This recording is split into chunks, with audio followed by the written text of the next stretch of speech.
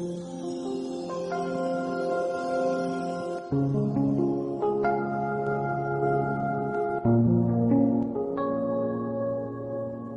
of the first week of Advent. A reading from the book of the prophet Isaiah. On this mountain, the Lord of hosts will provide for all peoples a feast of rich food and choice wines, juicy, rich food and pure choice wines. On this mountain he will destroy the veil that veils all peoples, the web that is woven over all nations. He will destroy death forever. The Lord God will wipe away the tears from all faces. The reproach of his people he will remove from the whole earth. For the Lord has spoken. On that day it will be said, Behold our God, to whom we looked to save us. This is the Lord for whom we looked. Let us rejoice and be glad that he has saved us. For the hand of the Lord will rest on this mountain. The word of the Lord. The responsorial psalm.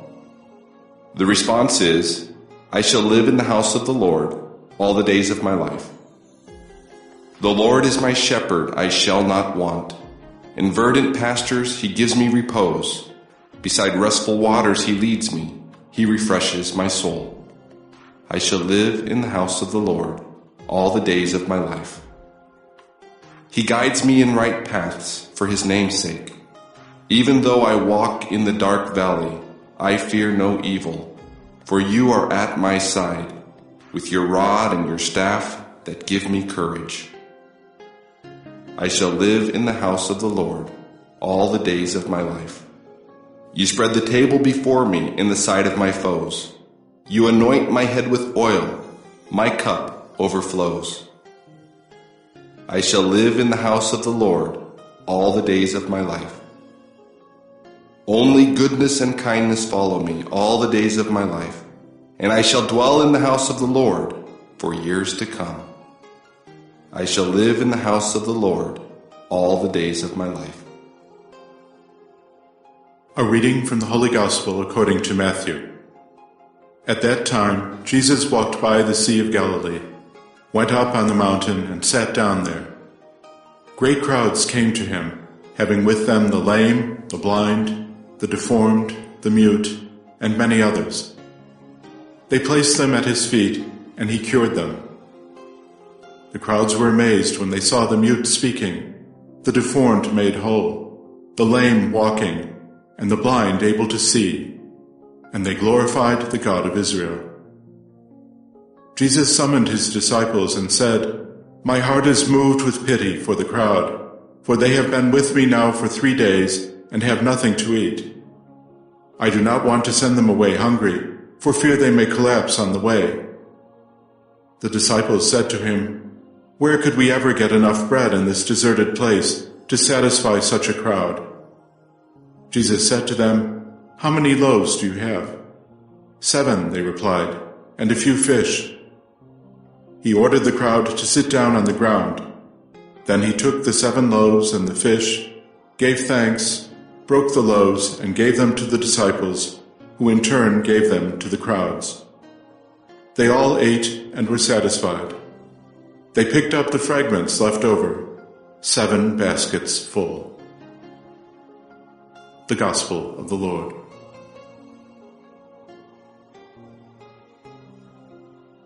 Wednesday of the first week of Advent. The first reading comes from Isaiah 25, 6-10. Now we say that Isaiah the prophet, who lived around 700 BC, wrote chapters 1 to 39 of the book of the prophet Isaiah. 40 to 55 were written by 2nd Isaiah, who lived around 150 years later. And then 3rd Isaiah, 56 to 66, was written by 3rd Isaiah, who lived another 30 or 40 years later. The difficulty is that even chapters 24 to 27 of the book of the prophet Isaiah probably were not written by the prophet. They contain a lot of theology that doesn't seem to match that of the prophet himself. And in fact, we hear that a banquet is prepared in heaven and that even death would be destroyed forever. Remember, Isaiah the prophet believed in Sheol. He believed that death was a natural part of life. And so the idea of the resurrection of the dead was something that he didn't proclaim. Yet we find it in these chapters. We hear that the dead would rise, they would be with God. And so this idea that even death would be destroyed on God's holy mountain is a foreshadowing of what the Messiah would bring. That the Messiah not only brings the message of God, but even the life of God, a life that is so profound that even death cannot destroy it. The Gospel is from Matthew 15:29 to 37. In this passage, we see where Jesus fulfills that idea. He first of all heals people who are lame, blind, lepers, etc. And then he feeds them. He takes 7 small loaves of bread, blesses it, multiplies it, and gives it to all the people, so much so that there are 7 baskets left over. Now 7, enough for the whole world. Jesus, in fact, multiplies the bread and fish twice in Matthew's Gospel. Once for the Jewish people, and when he multiplies it then, there are 12 baskets left over, 12, the number of the tribes of Israel. When he multiplies it for the pagan people, there are 7 baskets left over, enough for the whole earth. Jesus heals, he nourishes, he gives us life. And that's part of what we are waiting for in Christmas. We're not simply waiting for the birth of Jesus as a babe in Bethlehem on Christmas Day.